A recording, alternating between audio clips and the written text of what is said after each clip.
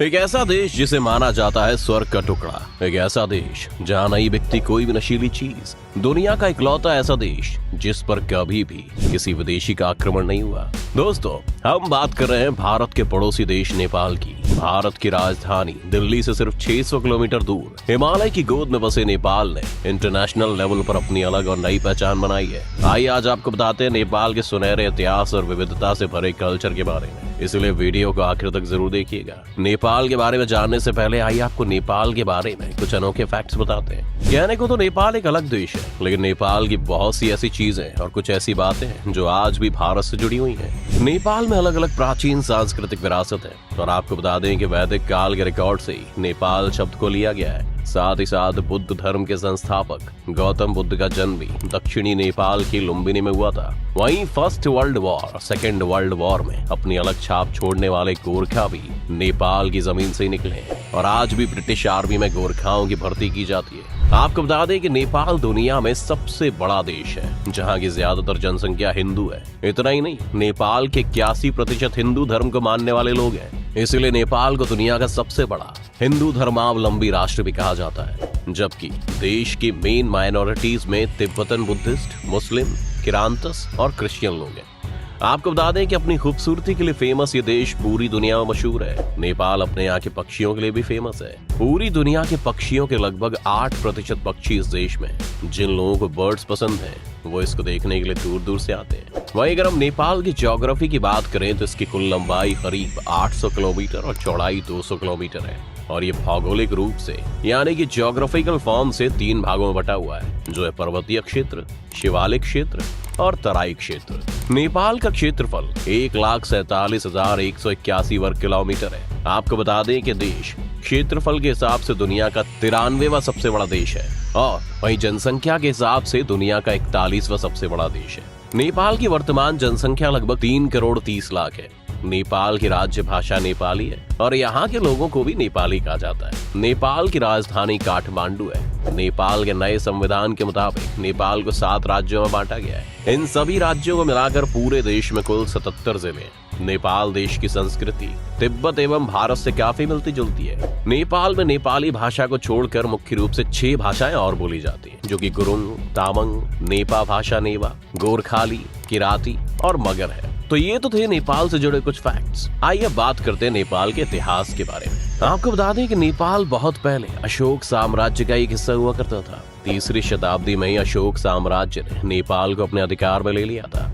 इसके बाद 4वीं शताब्दी में नेपाल राज्य ने समुद्रगुप्त की सत्ता को स्वीकार कर लिया और फिर 7वीं शताब्दी में नेपाल पर अपना अधिकार जमाने के लिए तिब्बत ने हमला कर दिया और नेपाल पर अपना अधिकार जमा लिया। इन सभी हमलों के बाद नेपाल के आंतरिक संघर्ष यानी कि बहुत से इंटरनल कॉन्फ्लिक्ट्स हुए, जिसके कारण नेपाल में स्थितियां बहुत ज्यादा खराब होने लगी और 11वीं शताब्दी आते आते नेपाल में ठाकुरी वंश के राजाओं ने अपना अधिकार जमा लिया। इन सभी के बाद नेपाल में मल्ल वंश का उदय हुआ। नेपाल में मल्ल वंश के सबसे प्रसिद्ध शासक यक्षमल्ल ने लगभग 1428 ईस्वी से लेकर 1475 ईस्वी तक राज किया। इसके बाद आपको बता दें कि प्रसिद्ध शासक यक्षमल्ल ने मरने से पहले ही राज्य का बंटवारा अपने बेटे और बेटियों में कर दिया था। इस बंटवारे की वजह से नेपाल काठमांडू और भात गांव के 2 राइवल स्टेट्स में बंट गया और आपस में ही झगड़े होने लगे। इन झगड़ों का फायदा उठाकर पश्चिमी हिमालय के क्षेत्रों में बसने वाली गोरखा जाति ने 1768 ईस्वी में नेपाल पर अधिकार कर लिया। पश्चिमी हिमालय के गोरखाओं ने अपनी मिलिट्री पावर को डेवलप किया और नेपाल को एक पावरफुल किंगडम के रूप में बदल दिया। 19वीं शताब्दी आते आते गोरखाओं ने अपने राज्य की दक्षिणी सीमा को बढ़ाकर ब्रिटिश भारत की उत्तरीय सीमा से मिला दिया। अपनी सीमा को बढ़ाने के कारण 1814 से 1815 ईस्वी में नेपाल और अंग्रेजों में युद्ध हुआ। इस गोरखा युद्ध के बाद दोनों देशों में सुगौली की संधि हुई, जिसके मुताबिक नेपाल ने अपने राज्य के कुछ भूभाग ब्रिटिश सरकार को दे दिए। इसके साथ ही इस दौरान नेपाल में एक ध्वज संधि यानी कि फ्लैग ट्रीटी भी हुई, जिसके मुताबिक नेपाल की फॉरेन पॉलिसी उस समय की भारत की ब्रिटिश सरकार के द्वारा कंट्रोल की जाती थी। इस तरह से कुछ रेस्ट्रिक्शंस के साथ नेपाल एक आजाद देश बना रहा। इसके बाद साल 1951 से 1960 में राजा महेंद्र पंचायत प्रणाली यानी कि पंचायत सिस्टम को लेकर आए। तब नेपाल में बहुपार्टी लोकतंत्र यानी कि मल्टी पार्टी डेमोक्रेसी को डेवलप किया गया। उसके बाद 1990 में संसदीय सरकार को राजा महेंद्र के बेटे राजा बीरेंद्र ने बहाल यानी कि रिस्टोर कर दिया। इसके बाद तकरीबन 10 सालों तक नेपाल को कम्युनिटी माओवादी उग्रवाद, जिसे कम्युनिस्ट माओइस्ट इंसर्जेंसी के नाम से भी जाना जाता है, का सामना करना पड़ा था, जिसके चलते 2000 में राजशाही की भी समाप्ति कर दी गई। अब तक नेपाल बहुत से राजनीतिक उथल पुथल का सामना कर चुका था, इसलिए वहां की राजशाही खत्म होने के बाद वहां के शासकों ने नेपाल को एक संवैधानिक कंट्री बनाने का सोचा। इस दौरान नेपाल की दूसरी वैधानिक असेंबली कॉन्स्टिट्यूएंट असेंबली ने 2015 में नए संविधान को प्रमोट किया था। वहीं सालों के राजनीतिक उथल पुथल और संघर्षों के बाद 20 सितंबर 2015 को नया संविधान लागू किया गया। आपको बता दें कि नेपाल इससे पहले दुनिया का एकमात्र हिंदू राष्ट्र था, लेकिन वर्तमान संविधान ने नेपाल को धर्मनिरपेक्ष राज्य यानी कि सेक्युलर स्टेट घोषित किया है। नेपाल के संविधान में सभी नागरिकों को अपनी इच्छानुसार धर्म का पालन करने की आजादी दी गई है। आज भी नेपाल के ज्यादातर लोग हिंदू धर्म को मानते हैं, वहीं माइनॉरिटी बौद्ध धर्म को फॉलो करती है। दोस्तों, आपको बता दें कि नेपाल में संस्कृत के बहुत से हाथ से लिखे हुए ग्रंथ मिलते हैं, जिससे पता चलता है कि पुराने समय में नेपाल में संस्कृत को बहुत माना जाता था। वहीं दोस्तों, आपको बता दें कि महाभारत में भी नेपाल का जिक्र मिलता है, जिसमें कर्ण की जीत का उल्लेख मिला है। ऐसा कहा जाता है कि नेपाल देश में जो राजा थे कर्ण, उन्हें जीतकर हिमालय पर्वत से नीचे उतर आया और फिर पूर्व की ओर आगे बढ़ा।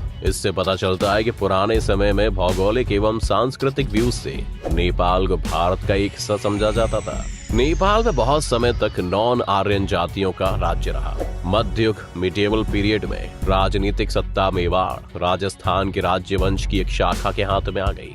राजपूतों की यह शाखा मेवाड़ से मुसलमानों के आक्रमण से बचने के लिए नेपाल में आकर बस गई थी। इसी क्षत्रिय वंश का राज्य आज तक नेपाल में चला रहा है। वहीं आपको बता दें कि नेपाल से बहुत से स्थानीय प्राचीन काल से अब तक हिंदू तथा बौद्धों के पुण्य तीर्थ रहे हैं। लुम्बिनी पशुपतिनाथ जैसी जगह भारतवासियों के लिए भी उतनी ही पवित्र है जितनी कि नेपालियों के लिए। ऐसा महाभारत काल में जब कुंती के पुत्र पांचों पांडव स्वर्गलोक की ओर प्रस्थान कर रहे थे, तभी पांडु पुत्र भीम ने भगवान महादेव को दर्शन देने हेतु विनती की। तभी भगवान शिवजी ने उन्हें दर्शन एक लिंग के रूप में दिए, जो आज पशुपतिनाथ ज्योतिर्लिंग के नाम से जाना जाता है। वैसे तो कभी भी किसी ने नेपाल की तरफ आंख उठाकर नहीं देखा, लेकिन यह हिमाकत अंग्रेजों ने जरूर की थी और उन्हें हर बार मुंह की खानी पड़ी थी। नेपाल पर किसी भी बाहरी शक्ति का कब्जा ना कर पाने के पीछे कई वजह है, जैसे कि नेपाल एक विस्तारवादी साम्राज्य यानी कि एक्सपेंशनिस्ट एम्पायर था और गोरखा लड़ाकों ने अंग्रेजों को भी प्रभावित किया, जिसके नतीजन भारतीय सेना में आज तक गोरखा रेजिमेंट है, जो कि ब्रिटिश सेना में भी लड़े थे। अब देखिए, जब दो विस्तारवादी साम्राज्य भिड़ते हैं तो दोनों को ही कहीं न कहीं संतोष करना पड़ता है, और सुगौली की संधि उस संतोष को दर्शाती है। जहां अंग्रेजों ने तिब्बत का विचार त्यागा, तो वहीं गोरखा ने अवध का विचार त्याग दिया। अब अगर हम आज के नेपाल की बात करें तो वैसे तो इस देश में टूरिस्ट प्लेस बहुत ज्यादा है और अक्सर लोग इस देश की खूबसूरती को देखने के लिए दूर दूर से आते हैं। इसीलिए टूरिज्म का नेपाल की इकोनॉमी में बहुत बड़ा योगदान होता है। इसके अलावा नेपाल में कमाई का सबसे बड़ा जरिया खेती है। यहाँ 18% भूभाग पर खेती होती है। साल 2015 में लागू किए गए संविधान के बाद साल 2018 में नेपाल का सकल घरेलू उत्पाद लगभग 28.8 बिलियन डॉलर्स हो गया था और साल 2018 में ही 3% एनुअल ग्रोथ के साथ साल 2019 में ये 7.1% तक पहुंच गया। इसके साथ ही आपको बता दें कि नेपाल दुनिया के सबसे तेजी से बढ़ती अर्थव्यवस्था वाले देशों में से एक है। चलिए अब ये भी जान लेते हैं कि वर्तमान में भारत और नेपाल के बीच में रिश्ते कैसे हैं और क्यों भारत के लिए नेपाल एक इम्पोर्टेंट देश है। नेपाल भारत का एक महत्वपूर्ण पड़ोसी है। सदियों से चले आ रहे जियोग्राफिकल, हिस्टोरिकल, कल्चरल और इकोनॉमिक टाइज रिलेशनशिप्स के कारण अपनी विदेशी नीति में एक विशेष महत्व रखता है। भारत और नेपाल हिंदू धर्म और बौद्ध धर्म की वजह से बुद्ध के जन्म स्थान लुम्बिनी के साथ भी इनका एक जैसा कनेक्शन है। साथ ही नेपाल 5 भारतीय राज्यों उत्तराखंड, उत्तर प्रदेश, पश्चिम बंगाल, सिक्किम और बिहार के साथ सीमा बनाता है। इसलिए कल्चरल और इकोनॉमिक एक्सचेंज का एक इम्पोर्टेंट पॉइंट है। बाकी दुनिया से व्यापार के लिए रास्ता प्रोवाइड करने के अलावा भारत नेपाल का सबसे बड़ा व्यापार भागीदारी यानी कि ट्रेड पार्टनर है और विदेशी निवेश का सबसे बड़ा स्रोत यानी कि largest source of foreign investment है। आपको बता दें कि नेपाल का लगभग 66% व्यापार भारत में ही होता है। तो दोस्तों, ये था नेपाल का इतिहास और वहाँ की संस्कृति की एक झलक। आपकी इस वीडियो को लेकर क्या राय है, हमें हमारे कमेंट सेक्शन में जरूर बताएं। तो दोस्तों, आज की वीडियो में बस इतना ही। उम्मीद है आपको आज की इस वीडियो से काफी कुछ सीखने को मिला होगा। अगर आपको वीडियो पसंद आया तो वीडियो को लाइक करें और अगर आप इस चैनल पर नए हैं तो जाने से पहले चैनल को सब्सक्राइब करना भी ना भूलें।